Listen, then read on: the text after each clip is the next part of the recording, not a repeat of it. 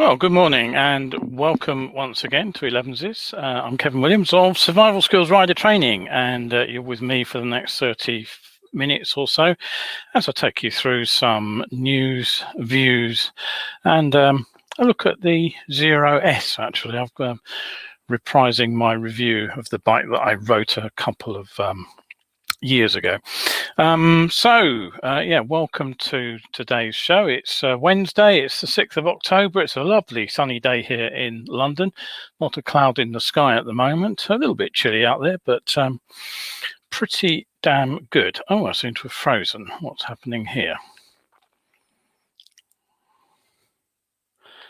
Am I back? Yes, I'm moving. I was frozen there for a moment. I was just saying that it's a lovely sunny day here in London, and hopefully it will stay that way. So what have we got for you in today's show? Well, a teenage rider has staged a fake motorcycle crash in Mansfield. We'll update you on the latest on the fuel crisis, at least what I know about it. Bikes seized for coal smuggling in India. The NYPD faces a backlash for crushing illegal bikes and ATVs in New York. The 2020 casualty figures for e-scooters have been released. The Bandit 9, their supermarine custom motorcycle, sacrifices function for beauty, apparently. And we'll have a quick look at the Moonex Night Vision jacket from Tuzo as well. And then finally, I'll be talking about electric motorcycles, the Zero S in particular, and I'll be asking why it is that we continue to feel the hate for these motorcycles. So, right, settle yourselves down as I say, for the next 30 minutes or so. Clive and Paul both looked in. Good morning to you both.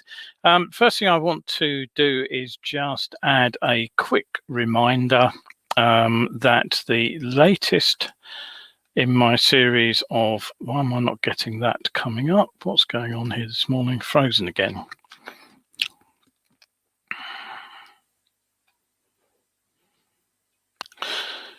Right, not sure what the problem is this morning. That's a couple of frozen moments when nothing was happening. Don't forget, the latest Science of Being Seen presentation is available to watch tonight at 8 p.m. The link to that is on the intro to the show, but I'll just put it up in the comments again. There we go. That's where you can get a ticket. The link for anybody who has bought a ticket already will be going out very shortly after the end of this show. I'll get those out in the email to everybody. So just read you some quick feedback on the last one 2 months ago. Paul C said, thank you. The books support the explanations you've given, very enjoyable. Brian said, very interesting. He has the book as well. Clive says, very useful. Paul in Shanghai. Good to get a viewer in Shanghai, said excellent. As is often said, one never stops learning. Bruce says, read twice, seen twice, always learn each time. So if you've already booked, as I say, the link will go out at lunchtime today. If you haven't already booked and you want a seat, they are still available via the link I've just popped up. And if you can't make it tonight, then the next one will be in 2 months' time. All right, okay, so on with the news items. First one, rather unusual one, a Chesterfield teenager staged a fake crash in Mansfield, which resulted in the police, fire and ambulance crews all attending. The road was closed for over an hour as the casualty pretended to slip in and out of consciousness. The teenager told medics he could not feel his legs or the entire right side of his body, so he was strapped to a bodyboard before being taken to hospital. Now, the police investigated the incident and subsequently discovered that it had taken place right in front of a CCTV camera, which showed the rider carefully laying the bike down in the road before climbing partly underneath it. The video has actually been released by Nottinghamshire Police, and you can find it here. The rider was prosecuted for wasting emergency services time, and I'm rather surprised that all he received was actually a fixed penalty notice, because incidents like that are taken pretty seriously and they can attract heavy fines and even prison sentences. So maybe there are some mitigating circumstances we don't know about. Okay, don't forget, if you are wanting to say anything about the show, do drop me a line. Any feedback, any comments, any questions, I'll do my best to answer them whilst I'm on air. If I can't do it on air, I will get back to you at the end of the show. So do drop me a line. Always interested to hear what people have to say. So what's going on with petrol? Well, I don't know how it is round your way. I'll be interested to hear. The army is now mobilised and delivering fuel in tankers. And yesterday afternoon's update on the crisis suggested that across the whole country, 86% of sites now report having both grades of fuel, according to the Petrol Retailers Association. That's thanks to steady delivery and stabilising demand. 3% reported only having one grade and 11% were dry. Now, in London and the South East, the Petrol Retailers Association do admit that the situation is taking longer to return to normal. But they said as of yesterday afternoon, that only 15% of sites in the region were dry, and that was down from 20% on Monday. Now, all I can say is that on Monday, when I did a training course out in Oxford, I passed at least a dozen filling stations, and 2/3 of them at least had no petrol at all. The only ones with fuel were, rather ironically, the one at the very end of the road, which of course was no use to me whatsoever, as I'd started the trip with a full tank by scavenging half a tank out of my other bike. The service is where I met the trainee up in Oxford, where I topped up and filled a 1 gallon can, which I'd taken with me in the top box. And then on the way back, one petrol station in Wembley, which had queues around the block, and the local one, which was still dispensing fuel mid-afternoon, but the queue was going out of sight, so I didn't bother to join that. We do have, however, something which you may find useful, and that is an interactive fuel map, which is being updated by users as they go. So that is the sort of London area, and the sort of reddish blobs are telling you where there are petrol stations with no fuel at all. Green have both grades. The orange ones I think are unleaded, and black are diesel only. So as you can see, there's still a liberal splattering, and that was taken yesterday evening, of filling stations which appear to be totally empty. I'd say at least half of the filling stations on there have no fuel whatsoever. And interestingly, most of the local petrol stations are actually missing from that map, so people haven't reported what's going on there. And my guess is they're likely to be empty too, because people will be reporting filling stations with fuel rather than without. Anyway, if you want the link to this particular website, I shall pop that up for you any moment now. Here we go. Wait, press the right buttons. Should be coming up any moment for you. Being a cynic, of course, I always suspect that bad news figures are being massaged slightly, and I suspect that what they have done to get that sort of positive result is actually mix in an area where there is a good supply of fuel with areas like northwest London, where there still is a big shortage. However, I have to say that the attempts to lure in foreign tanker drivers seem to have fallen a bit flat. As of Tuesday, just 27 foreign nationals had applied for visas. It does seem that things are getting a little bit better here in London, but I do see, I fail to see how it's still panic buying. After 2 weeks of shortages now, most people will be actually just trying to refill their tank to carry on with their normal life.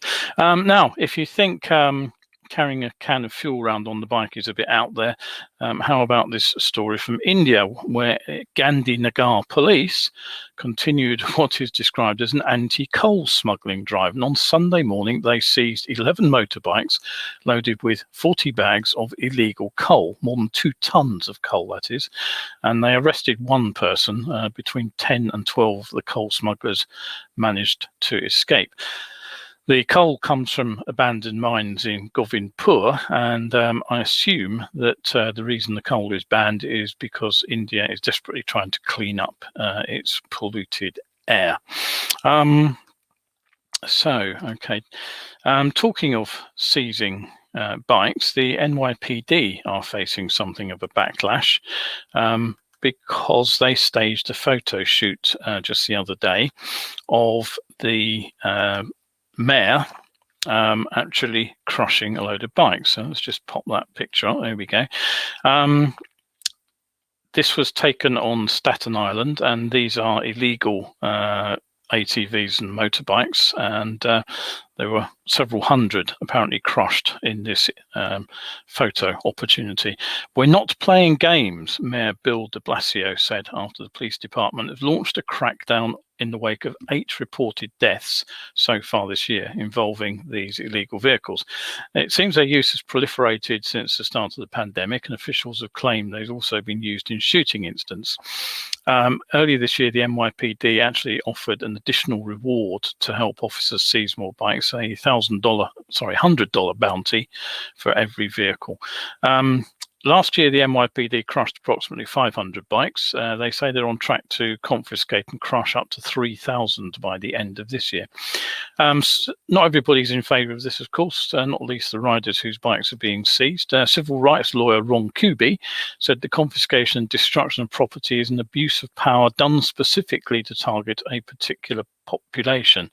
You might think these could be repurposed or sold or monetized or donated rather than simply being destroyed. But if the idea is to basically terrorize people on pain of seizure and crushing, I imagine it works pretty well. And defiant riders say they're part of a growing community just looking for a safe place to ride, and that the destruction of their property without due process is unfair and illegal. And other reports from riders interviewed after the event say they'll just get another bike and carry on riding. Don't forget, you can catch this show every Wednesday and Sunday, nearly always live at 11. Very occasionally I have to do a recorded show. I think next Wednesday's show will be recorded because I'm likely to be in the West Country delivering a Science of Being Seen presentation on the Tuesday night to a riding group out in the Gloucester area. So I'm unlikely to be back by 11 in the morning to deliver the talk live. So next Wednesdays is likely to be a recording. Anyway, do catch up at my YouTube channel, Survival Skills UK. Don't forget that all important UK on the end, or you'll find somebody sharpening Boy Scouts with knives or something similar. Meanwhile, the Department for Transport has released the casualty figures involving e-scooters for the year 2020. The annual report of road accidents shows 484 casualties involving e-scooters, 1 person killed, 128 seriously injured, and 355 slightly injured. Neil Gregg, Director of Policy and Research at IM RoadSmart, said e-scooters may have a role to play in the future transport mix, but this can only happen once their legal status has been made completely clear, and that cannot happen soon enough. I'm not quite sure what he thinks is not clear about the legal situation, which basically says you can only use a privately owned e-scooter on private land. You cannot use them legally on the road.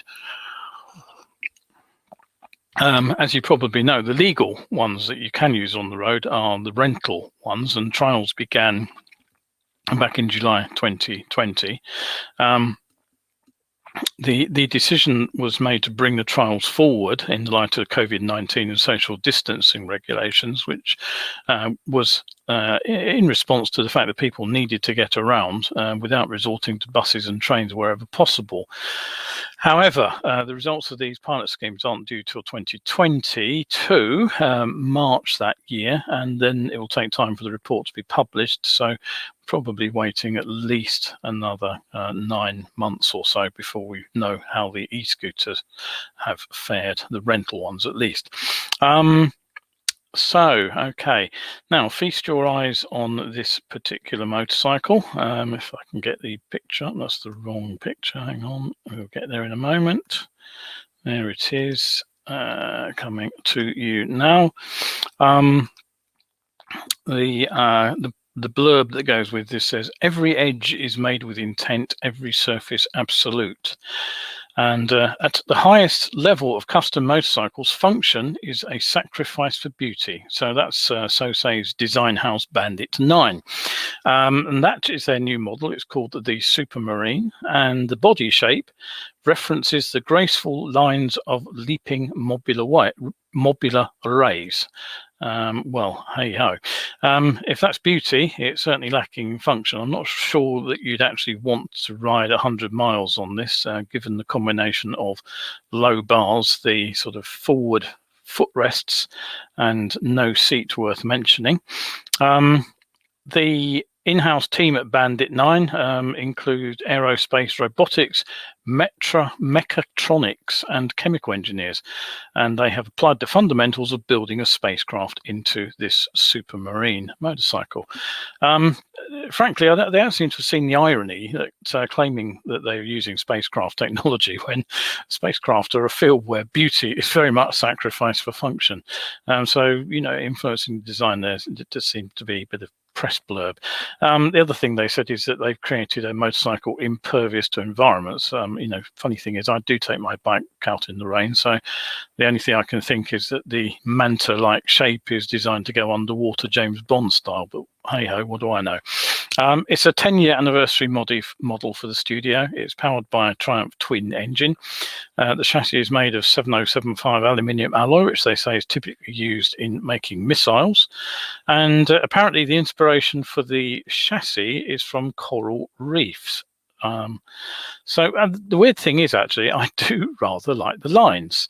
As somebody on the bike forum said when I popped it up there last night, it's better than all those faux cafe racers that we're seeing at the moment, particularly the ones with the brown seats.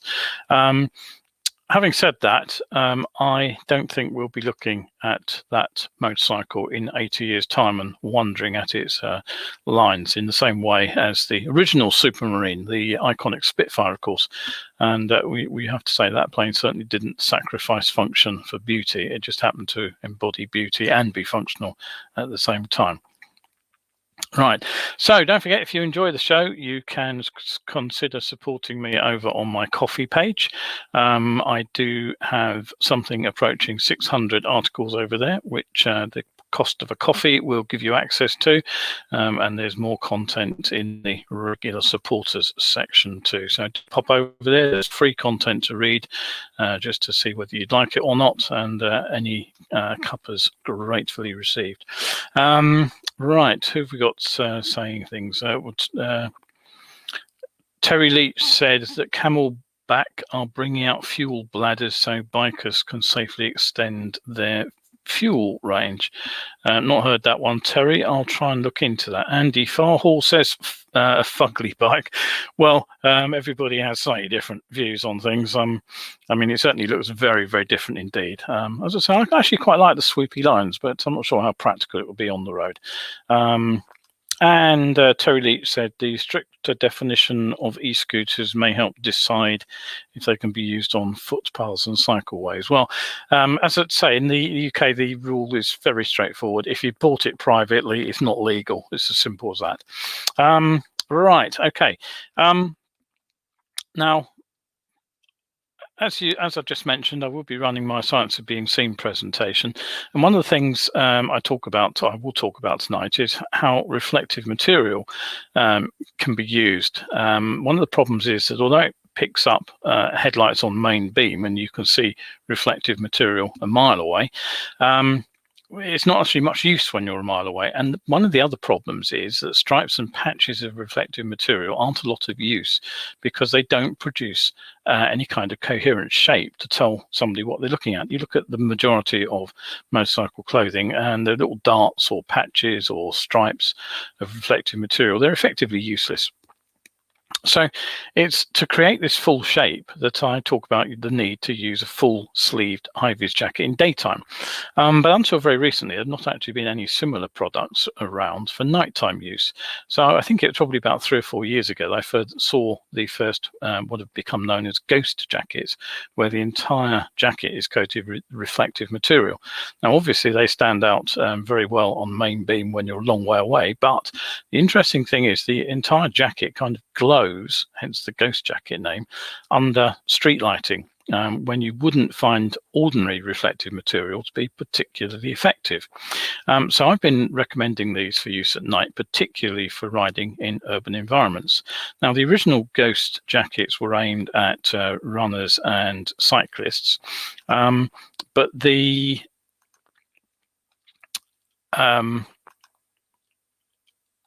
I've just got myself into a little bit of a muddle here. Hang on a minute. Yes, but there's now one for bikers too. Now, again, let me get the photograph up for you and show us what you're looking at. There it is. Oh, I've done it again. I've got the one day I'll get all this sorted out. A nice, easy way to get photos changed. This is the Moonex Night Vision jacket. It's from the Tuzo brand. They're made of a lightweight polyester shell, designed to fit over leathers, or you could wear them over other garments, of course. They are technically waterproof. They come with 2 external pockets, 2 internal pockets, a mesh liner, and elasticated cuffs. The zippers are YKK, and there's an adjustable drawstring around the waist. Now, you can get these jackets right now in black or silver. M&P have them in most sizes at $26.99 with free delivery, which is a bit of a bargain. Are they any good? Well, I've just actually retired one of their yellow waterproof jackets, which I bought at a very similar price in a sale a few years ago. The plus point for me is that it's a very, very thin material, so it scrunches up easily and makes a very small package which you can store easily on the bike. But in use, it wasn't actually too flappy either. I've replaced it with an Oxford Products jacket, which is much, much bulkier and is actually far too big to sort of carry easily. Are they waterproof? Well, about as much as you can expect from something like this, really. My yellow one was waterproof for about 2 years. After that, I washed it and proofed it, and I would honestly describe it as waterproof, showerproof rather than waterproof. So I did get another 4 or 5 years out of it. So I guess six years or so. The use isn't too bad. I did manage to rip a small hole in the material. But apart from that, it worked perfectly well until the zip failed last winter. So they're not top quality kit, but they are cheap enough that you can throw them away when their life is done. So I'd give those one a cautious thumbs up. Right, okay. So, all right, on to our final item of the day. Now, you may remember that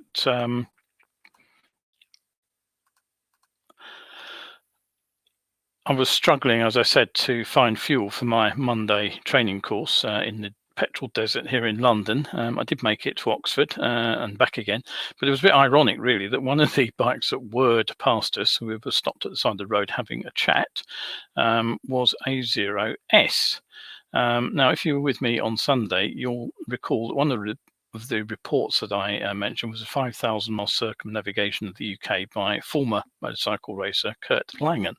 And that was aboard the very same learner legal 11 kilowatt electric bike. It took him 21 days to cover the 5,000 miles, and he spent £18.69 on electricity. So I know regulars will know that I'm a bit of a electric motorcycle fan, but obviously they seem even more attractive right at this moment. Having said that, I know they're not for everyone yet, but obviously the ban on tailpipe emissions will change that when it comes in just over a decade's time. But the interesting thing really is that in some circles you only have to mention electric motorcycle to feel the hate. In response to the 5,000-mile circumnavigation story, one person on a Facebook group claimed they weren't proper motorbikes and that they were too tall and too heavy. Now, this is the kind of disinformation that still seems to be put around, and the only thing I can assume is that he's never actually sat on one of these bikes, let alone ridden it. The 0S, which is this machine here, if I can get the picture up, there we go, is actually a bit of a featherweight. It weighs something very similar to something like the Yamaha R3, and it's a perfectly normal sized motorcycle. If anything, it might be a bit too small for taller riders. He also claimed that people could cycle further. Well, I suppose if you can cycle 100 miles, you might get further than the Zero does before it runs out of battery, but frankly, the Zero will arrive long before you get there on your bicycle, and you won't be a sweaty blob when you arrive either. Now, I actually test rode the Zero S a couple of years ago. I believe there have been some slight updates since then, but nevertheless, it's basically much the same bike. But there's still a lot of skepticism about them. I read a review which said electric motorcycles are an odd business proposition. For one thing, they answer no urgent need. Motorcycles that use so little fuel compared with cars that the proportionate gas savings of an electric bike are negligible for riders. Now, this is really not an uncommon view, but it is rather a blinkered one, and it is totally inaccurate. For, take that motorcycles use less fuel than cars argument. It depends entirely on the car and on the bike. And if you drive a super mini or a hybrid and compare it with anything much over about 500cc, it's actually nonsense, pure and simple. I did a 1,000-mile journey across California, including the nose-to-tail traffic in Los Angeles, and I averaged 58 miles to the UK gallon in an Audi hybrid. Now, I can't get that out of my ordinary petrol engine XJ6. So yes, there will be something like an NC 750 would beat it, and my old GS 500 with about 50 odd horsepower would have just about got more than that. I've got about 65 mpg on a similar trip. The only way you're really going to beat those kind of mileage figures is if you go for a really low performance bike. 125 will get you 90 plus mpg, possibly over 100, but you're not going to be carrying 4 people. Even 4 uncomfortably sat people in a sort of a super mini, or any kind of luggage either. And there are the political considerations too. Like many motorcyclists in London, I'm staring down the barrel of the extended ultra low emission zone. And one of my perfectly functional work bikes, not counting my 1980 Classic 250, won't meet the new restrictions. And these lower limits are not restricted to the capital of the UK either. They are coming in other cities. There are proposals for them in other cities in the UK. And many European cities have also already reduced their tailpipe emission limits, or are likely to do so in the very near future. So we also pay quite a lot of petrol money here as well. US riders are generally pay rather less for fuel, but the electricity, yes, I can't see it remaining tax-free forever, but for the time being, an electric bike is far and away the cheapest way of getting from A to B once you've actually bought the bike.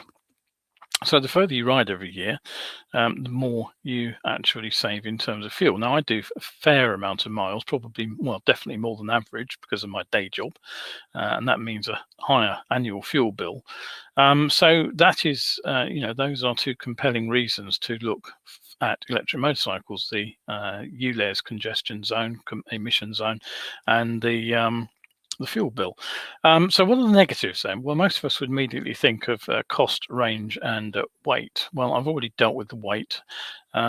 These bikes do not weigh very much. I'll tell you a little bit more about that at the moment. Cost, what about the cost? Well, they're not cheap. The Zero S, they're starting to drop down into the same range as conventional petrol engine, but they are still a premium over a comparable performance bike, but maybe not as much as most people think. Now, Zero S with the ZF 14.4 kilowatt battery that I tested currently hits the road from Zero's website at £14,410, but you do get a government electric vehicle grant to chop some of that off. I found one on the road right now for 12,745. For comparison's sake, an MT-07 is around 7k right now for the base model. So there is you can see that there is a £5,000 plus hit to the wallet there. But factor in those low running costs. It currently costs less than £4 to fill up the Zero. It'll cost you about £18 to fill up the 07. Ride for 60 miles a day, 5 days a week, or just go out for a couple of 150-mile rides at the weekend, and you'd save about £100 a month over a typical mid-sized petrol bike. Then consider the serving costs. There aren't any servicing costs on the Zero. My last valve check cost me 250 quid. And of course, I do all the other servicing myself. So, you can factor in 50 quid for plugs, several oil changes a year. It's another sort of £50 or so. And I've also got to pay road tax. So there is a break-even point down the road. And the more miles you do, the sooner it will arrive and the sooner you'll actually save cash on the Zero.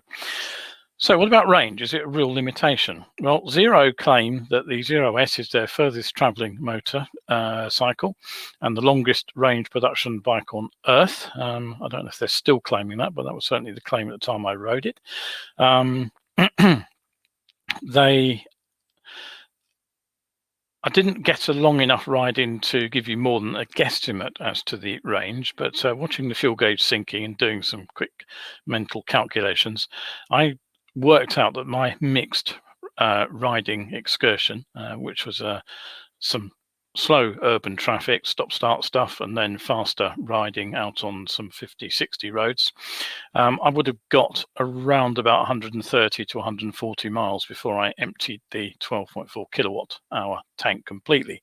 And that's actually pretty close to what Zero claim. They reckon on 120 miles, 190k for their combined cycle, and 175 miles, 280 for the urban cycle. If you use the full performance for a motorway jaunt, then it does drop to 90 miles or 145k. Under the tank, which isn't really a tank at all, is a useful storage space. There's a big flap on the top of it. It was useful for storing my magnetic tank bag, which of course didn't attach to the plastic tank. Or you can put in a quick charger charge tank in there, or a mini power tank, which is a sort of an extra 3.6 kilowatt hour battery, which adds about 40 miles to the range. Okay, there's lots of things sort of going on with that bike. The standard 14.4 kilowatt hour battery takes around 10 hours to charge via the built-in charger from a normal power point. If you opt for the charge tank, you can actually speed that up to around 2 hours. So if you took an hour's break and you could plug the bike in, you should get about 50% more range on top of what you have already got. And even plugging in for a few minutes while you get a quick coffee should give you about 25 or 30 miles. The batteries are stated long-term to retain 80% of the charge after 300,000 kilometers, which is 200,000 plus miles. So, the average petrol engine bike will be absolutely knackered by that point. You certainly would be looking for a new motorcycle. I mentioned the weight. Well, I have to say that swinging the bike off the side stand raised my eyebrows behind my visor. The curb weight is just 185 kilos or 407 pounds. That's actually about 50 pounds lighter than my XJ6. So it really does not weigh very much at all. There are, it's ballpark for something like the CB500 range. It's much lighter than the NC series, for example. So there's absolutely no reason to overlook the Zero, in my opinion. It's just because it isn't coming with a clutch, booming exhaust note or a lung full of pollutants.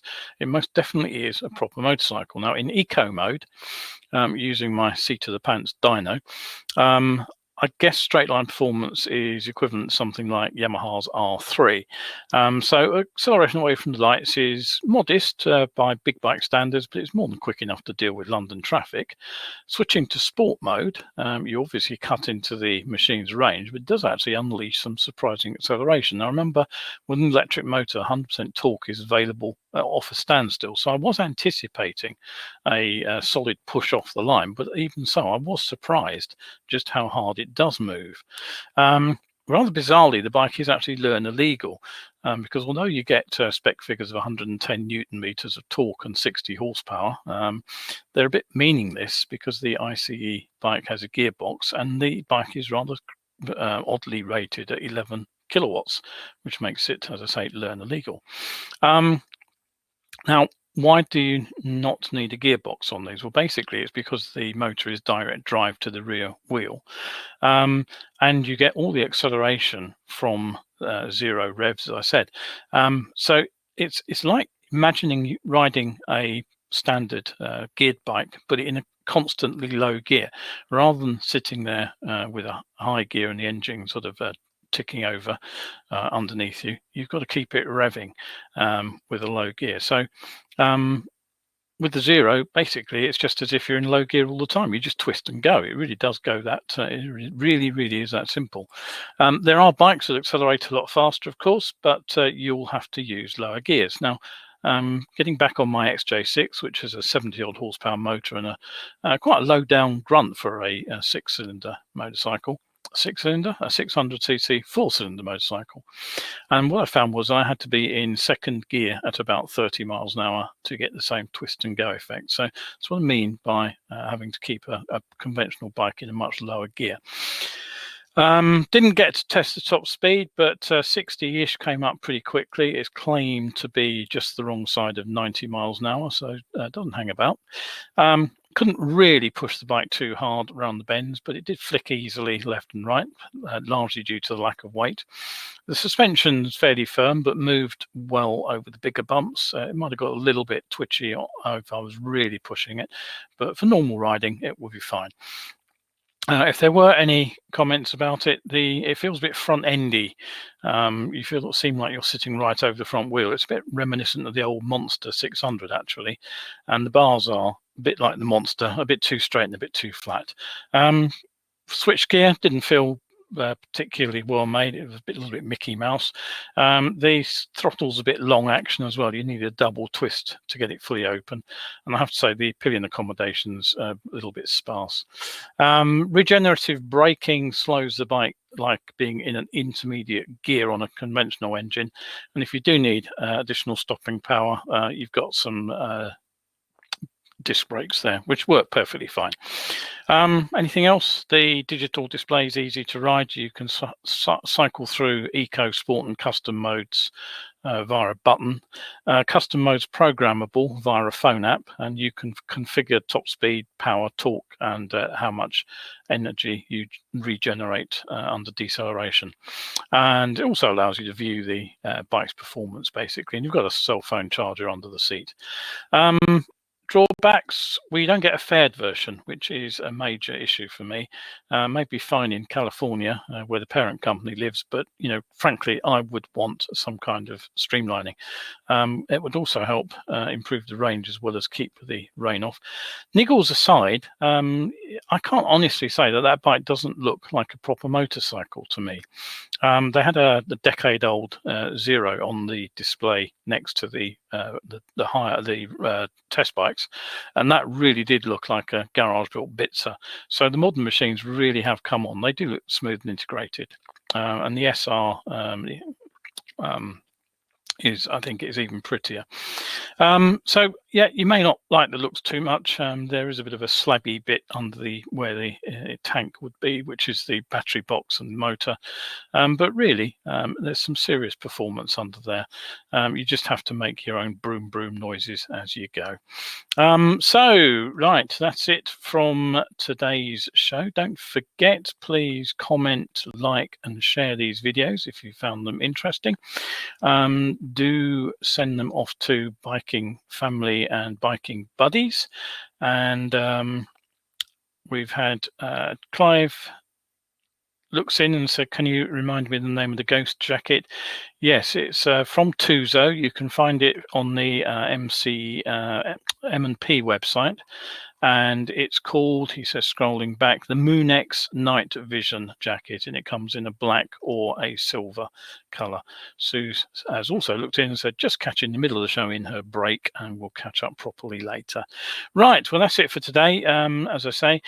So do look back in on Sunday when we'll have another live show. Ride safe out there if you have any fuel. Thanks for watching.